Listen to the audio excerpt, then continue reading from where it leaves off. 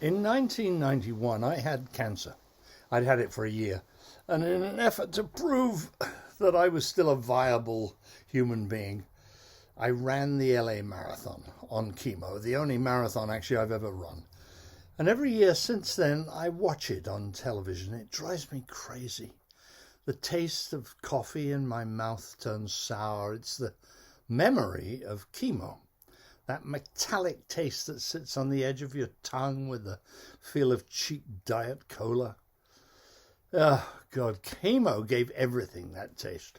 I remember eating huge meals and having no recollection of any flavour. Just the burnt-out sense of an empty room after a party. I don't know why I watch the marathon every year, because I always end up with that taste in my mouth. Chemo runs the gamut of sensation.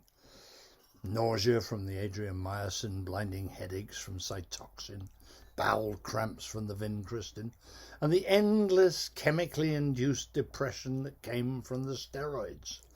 I would stagger from the doctor's office feeling as though the side effects of all the drugs I'd ever used or even thought of in the 60s were running wild through my system. Having cancer wears you down.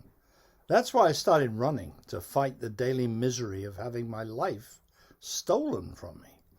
I ran to beat the cancer of depression and the depression of cancer. Actually, the word running is hyperbole. In my case, ambling was closer to the mark. I would stumble down the hill and back about, 10 minutes of motion that left me gasping for air. But every time I felt a little better, and it gave me hope.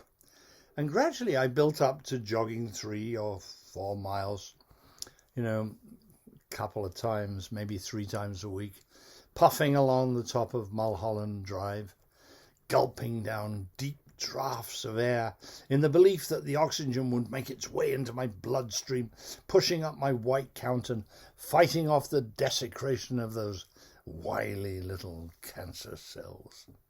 And one day it struck me that maybe I shouldn't be doing this much exercise. After all, those were pretty vicious drugs they were pumping into me. What if I was helping destroy myself with this running business? So I brought it up with my oncologist, and he asked me if it helped. And I told him yes. And he said, look, anything you do that makes you feel better is all right with me. Just don't overdo it. So I went home and I sent in an application for the LA Marathon. And on the 3rd of March, 1991, almost exactly a year after I'd been diagnosed, I found myself trudging along a downtown street, accompanied by the grunts, farts, and sweat of 25,000 people from all races, colours, and creeds. All of us embarked on our various odysseys, some to win, others to merely finish.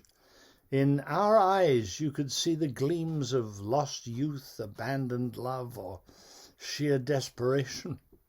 My reasons for putting myself through this torture were probably just as spurious as those of the rest of this jiggling mass of flesh, lumping its way through the dog vomit landscape of LA with its sun-bleached streets and empty-eyed houses that marked our passage. It was also marked by music. There were bands all the way along the way.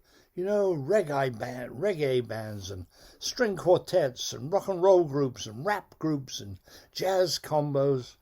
We smiled and waved when bystanders shouted encouragement. But eventually, most of us hit the wall. Runners would suddenly slide off to the side and slump down on the curb. And I started walking, muttering to myself, leaning forward so that my weight by itself would keep me going, staggering along as the awful reality of trying to complete 26.2 miles gradually wore down what little strength I possessed. I considered quitting, and in the 22nd mile I was a mere shadow of my former shell. I started weaving from side to side, and the sound of my breath seemed too much to take. And it was then that I heard my name. Nick! Nick! and I wiped the sweat off my forehead, and I looked around, and there, on the sidewalk, about 25 feet ahead of me, jumping up and down, was a heavy-set African-American woman. "Nick!" she yelled, and I recognized her. Her name was Pat. She had had breast cancer and had been part of a support group that I had attended. She recovered, and I hadn't seen her for a couple of months, and now here she was, screaming out my name with this beatific smile on her face, and her excitement at finding me revitalized me. My head straightened up and my chest went out. "That's Nick!" she shouted at a boisterous-looking group of young black men. "He's bad!" Well, I was immediately acceptable. Smiles appeared, and the young men broke into whoops and hollers. They pumped their fists into the air. "Go, Nick! Go, man!" they chanted, and I, as a 50-year-old non-athletic white man, was pathetically grateful. I almost cried, while simultaneously checking out that my fellow runners were aware of how cool I must be to have such supporters. "Go, Nick! Go, Nick!"